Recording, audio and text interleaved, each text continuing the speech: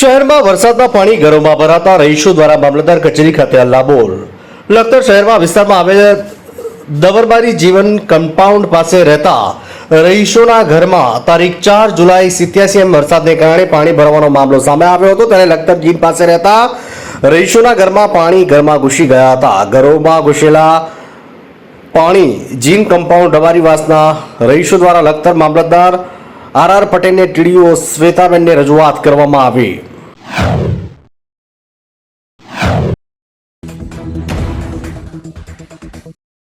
હથુરણ ગામે બોગસ દસ્તાવેજો ઉભા કરી જમીન પચાવી પાડવાના ગુનામાં 3 આરોપીની ધરપકડ.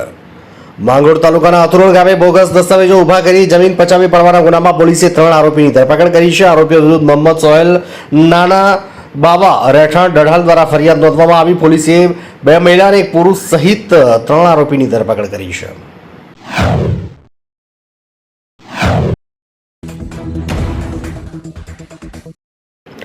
રાજ્યમાં છેલ્લા 24 કલાકમાં 199 તાલુકામાં વરસાદ વરસ્યો. રાજ્યમાં છેલ્લા 24 કલાકમાં 199 તાલુકામાં વરસાદ થયો છે, જેમાં કાંકરેજમાં સૌથી વધુ 3.58 ઇંચ વરસાદ નોંધાયો છે. અહેવાલ મુજબ વલસાડમાં 3.50 ઇંચ, લખતરમાં 3.43 ઇંચ વરસાદ નોંધાયો, જ્યારે વલસાડમાં 3.3 ઇંચ, વાપી વાવ અને કલ્યાણપુરમાં 2.99 ઇંચ, ગઢડામાં 2.95 ઇંચ વરસાદ, સાયલામાં 2.80 ઇંચ અને થરાદમાં 2.72 ઇંચ વરસાદ નોંધાયો છે.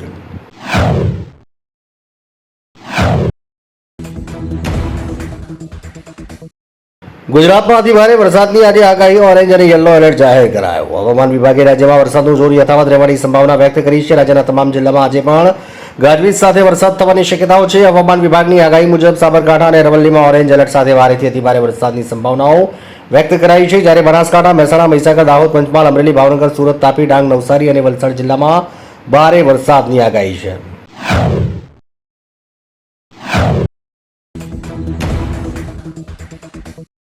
અમદાવાદમાં ઓઢવમાં માતાએ કરી 6 વર્ષની દીકરીની હત્યા. અમદાવાદના ઓઢવમાં માતાએ 6 વર્ષની દીકરીની હત્યા કર્યાની ઘટના સામે આવી.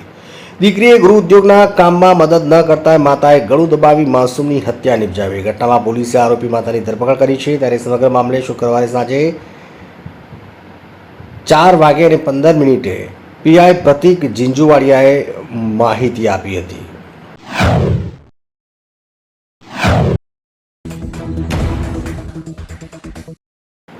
તાલુકાના શિક્ષકો દ્વારા બીએલઓની કામગીરી બાબતે પ્રાંત અધિકારીને આવેદનપત્ર આપવામાં આવ્યું.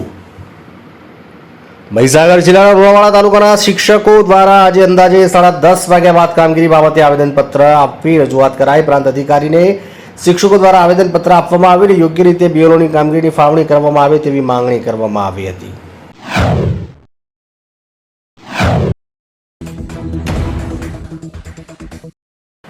બોરસી માછીવાડ ગામના સ્થાનિકો દરિયાની ભરતીના સમયે ભયના ઓજા હેઠળ જીવન ગુજારવા મજબૂર બનતા હવે ડર. જલાલપુર તાલુકાના બોરસી ગામે જીવન ગુજરાન ચલાવવું ખતરાની ઘંટડી સમાન બન્યું હતું. દરિયા કિનારે વસેલા ગામ નાબૂદ થઈ જાય એવી ભીતિ સેવાઈ રહી હતી. દરિયાની ભરતી સમયે દરિયો પોતાની હદ વટાવીને ગામમાં ઘૂસી જતો હતો, જેના કારણે મોટી નુકસાની વેઠવી પડતી હતી, જેનું નિરાકરણ જલાલપુરના ધારાસભ્ય આરસી પટેલે યુદ્ધના ધોરણે કર્યું. જ્યાંથી ગામમાં પાણી ઘૂસતું હતું ત્યાં સંરક્ષણ દિવાલ ઊભી કરવાનું કામ હાથ ધર્યું છે.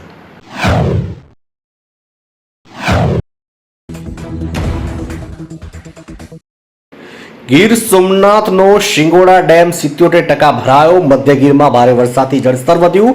15 ગામોને એલર્ટ કરાયા. ગીર સોમનાથ જિલ્લામાં સાર્વત્રિક વરસાદ અને ઉપરવાસમાં થયેલા ભારે વરસાદને કારણે શિંગોડા સિંચાઈ યોજનામાં પાણીની આવક નોંધાઈ છે.